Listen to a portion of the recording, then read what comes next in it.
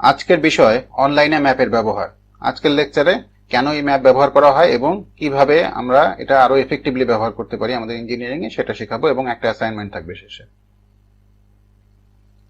Common use of maps, অর্থাৎ আমরা সাধারণ যারা জনগণ আছি তারা কিন্তু আমরা প্রতিদিন বিভিন্ন কারণে আমাদের মোবাইল স্মার্টফোনের একটা অ্যাপ ব্যবহার করি, সেটার নাম হচ্ছে গুগল ম্যাপস। যাদের অবশ্য অন্য অ্যান্ড্রয়েড ছাড়া অন্য ফোন তাদেরও ম্যাপের অ্যাপ থাকতে পারে। অ্যান্ড্রয়েড যেহেতু মোস্ট কমন সেজন্য অ্যান্ড্রয়েডের কথা বলা হচ্ছে।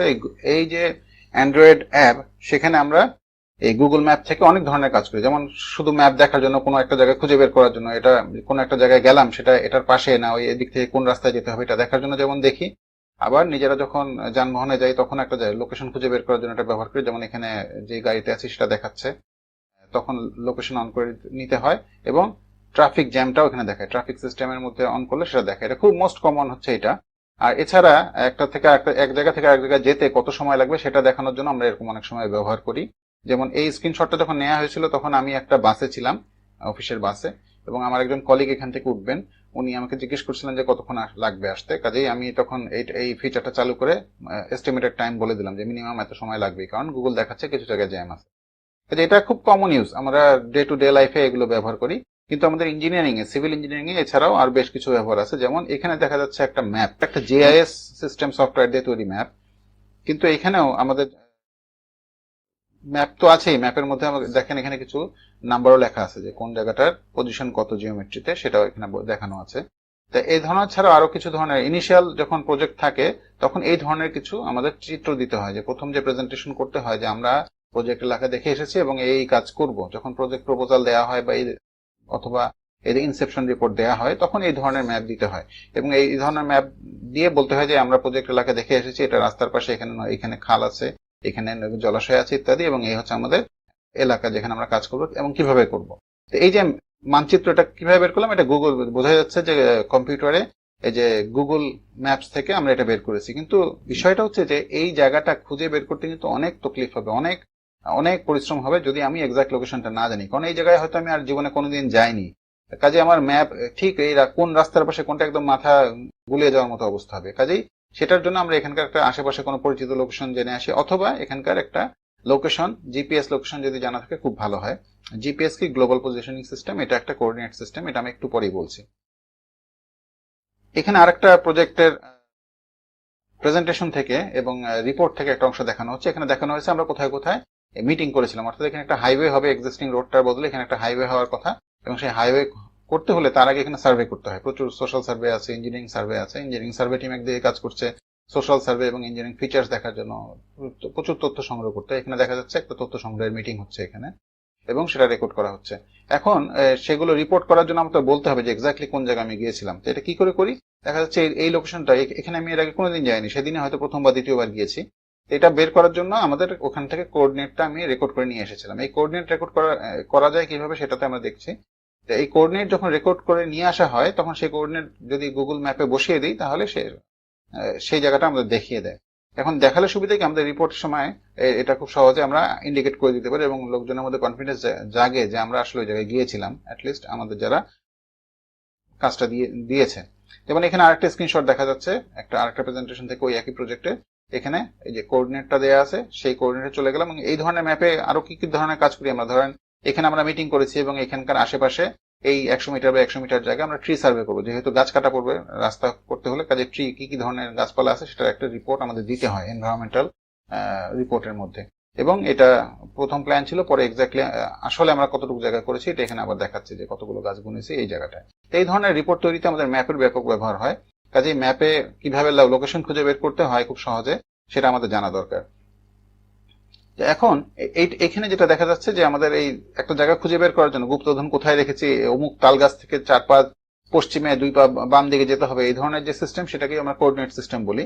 তো সেই কোঅর্ডিনেট সিস্টেম, পুরো পৃথিবীতে একটা কোঅর্ডিনেট সিস্টেম আছে যেটাকে আমরা ল্যাটিটিউড, লঙ্গিটিউড বা অক্ষাংশ, দ্রাঘিমাংশ বলি। এখানে একটা চিত্রতে সেটা বোঝানোর চেষ্টা করা হয়েছে। এটা মনে হয় আমাদের বেশিরভাগেরই জানা আছে যে এই যে গোল গোল যে দাগগুলো দেখছি, একটা কমলা লেবুকে স্লাইস স্লাইস করে কেটে ফেললে সেগুলোকে বলি আমরা অক্ষাংশ বা ইংরেজিতে ল্যাটিটিউড। এবং এই আমরা যেহেতু উত্তর গোলার্ধে আছি, দক্ষিণ গোলার্ধে অস্ট্রেলিয়া ছাড়া আরো অনেক দেশ আছে, এগুলো দক্ষিণ ল্যাটিটিউড, এটা নর্থ এবং সাউথে হতে পারে এবং এটার ভ্যালু 0 থেকে 90 ডিগ্রি হতে পারে, এদিকেও 0 থেকে 90 ডিগ্রি হতে পারে। আর এই পাশে হচ্ছে এরকম খাড়া খাড়া অনেকগুলো কাটা, যেভাবে আমরা তরমুজ কাটি এইভাবে, সেভাবে যদি অনেকগুলো প্রত্যেক ডিগ্রিতে, এখানে যেহেতু 360 ডিগ্রি 360টা দাগ আছে এরকম ধরে নেওয়া হয়, প্রত্যেকটা ডিগ্রি ডিগ্রি পরে প্রতি ডিগ্রির মাঝখানে আবার 60 মিনিট আছে, প্রতি মিনিটের ভিতরে 60 সেকেন্ড আছে, এটা হচ্ছে ডিগ্রির মাপ। তো এইদিকে হচ্ছে এই ভ্যালুটা ইস্ট এবং ওয়েস্ট আছে, কাজে ইস্ট হচ্ছে অর্ধেক, 360 ডিগ্রির অর্ধেক 180টা ইস্ট আছে, 180টা ওয়েস্ট আছে।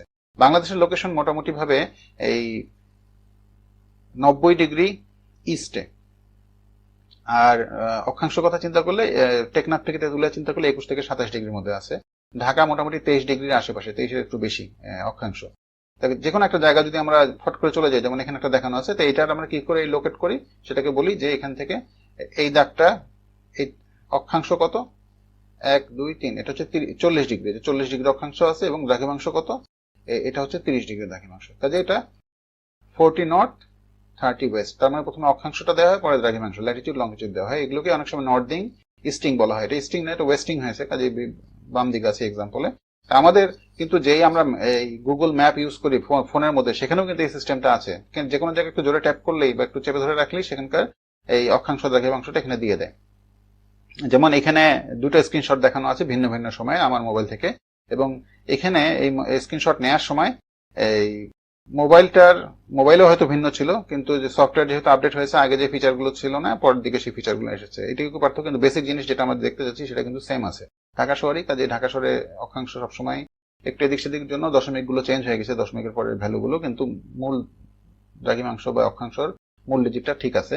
তো এইখানে খেয়াল করার বিষয় হচ্ছে, এখানে কিন্তু আমরা যখন এই ম্যাপ ব্যবহার করি তখন কিন্তু আমাদের মোবাইলের ডেটা নেটওয়ার্ক অন থাকতে হয়, ওয়াইফাই অথবা ডেটা নেটওয়ার্ক, মানে অর্থাৎ আমার মোবাইলে ইন্টারনেট কানেকশন থাকতে হবে। এখানে যেমন ইন্টারনেট কানেকশন ছিল, এখানেও ছিল।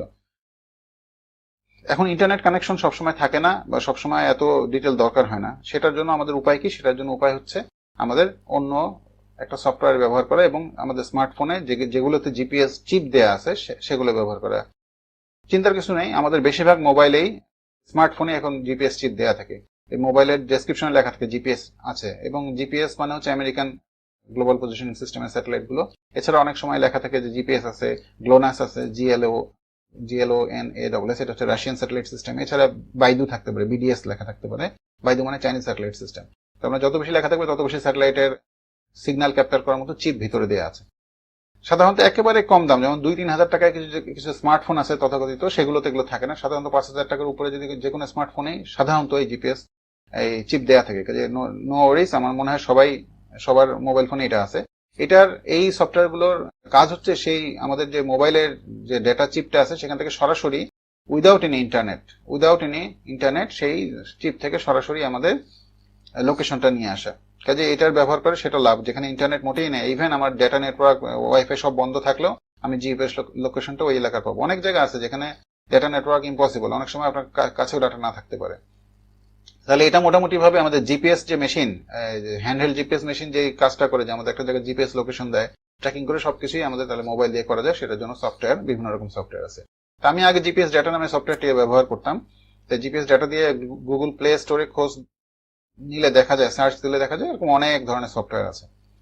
অনেক ধরনের সফটওয়্যার আছে, যে কোনোটাই যে কারো নিজের সুবিধা মতো ব্যবহার করতে পারে। এখন কোনটা ভালো কোনটা মন্দ এটা আসলে পার্সন টু পার্সন ভ্যারি করবে, কে কোনটা চাচ্ছে, কার কোন ফাংশন গুলো দরকার। তা আমি আগে জিপিএস ডাটা ব্যবহার করতাম বলে এটা এই নাম দিয়ে আগে সার্চ দিয়েছি। এবং আমি সাধারণত ডাউনলোড করার সময় যেটা দেখি, এক হচ্ছে সাইজ কত বড়, কারণ আমার মোবাইলের মধ্যে স্টোরেজ সাইজের একটা বিষয় আছে, যেটা কম খরচ হলে আমার জন্য ভালো হয়। আর যে ফাংশন দরকার নেই সেটা ডাউনলোড করে শুধু জায়গা অপচয়ের দরকার কি। দ্বিতীয় যেটা দেখি, রিলায়েবিলিটি, কত লোক ব্যবহার করে। তার মানে এটা সহজ না হলে তো অনেক লোক ব্যবহার করতো না। তবে ইঞ্জিনিয়ার হিসেবে সবসময় সহজের পেছনে দৌড়ানো ঠিক না। আমার যেটা পারপাস সার্ভ করবে সেটা কম লোক, এমন হতে পারে যে এত সবার একদম পাবলিকের জন্য না, এটা হয়তো স্পেসিফিক একটা প্রফেশনালদের জন্য। কাজে কম ডাউনলোড সবসময় should not be the criteria. এখানে যেমন বেশি ডাউনলোড হয়েছে, তার মানে এটা কি অনেক সহজবোধ্য, এত লোক ব্যবহার করতে পারলে আমিও এটা ইজিলি ব্যবহার করতে পারবো বলে ধরে নেওয়া যায়। তো এইখানে অ্যাকচুয়াল ডাউনলোডের পরে কি কি দেখা যায় সেটা, এখানে অনেকগুলো জিনিস দেখা যায়। সিগন্যাল দেখা যায়, স্যাটেলাইট গুলো পজিশন দেখানো যায়। সেটা যে আমার বেশি যেটা দরকার, যেটা আমার পরবর্তীতে কাজে লাগবে, সেটা হচ্ছে ল্যাটিটিউড এবং লঙ্গিটিউডের ভ্যালু, এবং কিছুক্ষণ ধরে থাকতে হয়, কারণ এখানে ধরে থাকলে সেই ডাটাটা দেখা যায়। এবং এখানে অ্যাকুরেসি দেখাচ্ছে, অ্যাকুরেসি যত কম হবে মানে এই ভ্যালুটা যত কম হবে তত বেশি অ্যাকুরেট এটা, কারণ এটা মূল জায়গা থেকে 13 মিটার কম বেশি হতে পারে, এটার মানে হচ্ছে এটা। তার মানে যদি 50 মিটার কম বেশি হয় তাহলে তো এটা খারাপ। এখন এইখানে যদি একটা জিনিস খেয়াল করি, এখানে কিন্তু মোবাইল ডাটা কোনো অন ছিল না, ওয়াইফাই বা ডেটার কোনো সিগন্যাল নাই, শুধু এখানে মোবাইল সিম কার্ডের নেটওয়ার্ক দেখাচ্ছে, কিন্তু অন্য কিছু নাই। আবার এটা এটা খুব সম্ভবত 2014 সালে একটা ডেটা, সেই সময় আমাদের যে সফটওয়্যারটা ছিল সেখানে কোনো অ্যাডভার্টাইজমেন্ট ছিল না, আবার অ্যাডভার্টাইজ সার্ভে করতে নেটওয়ার্কও ছিল না।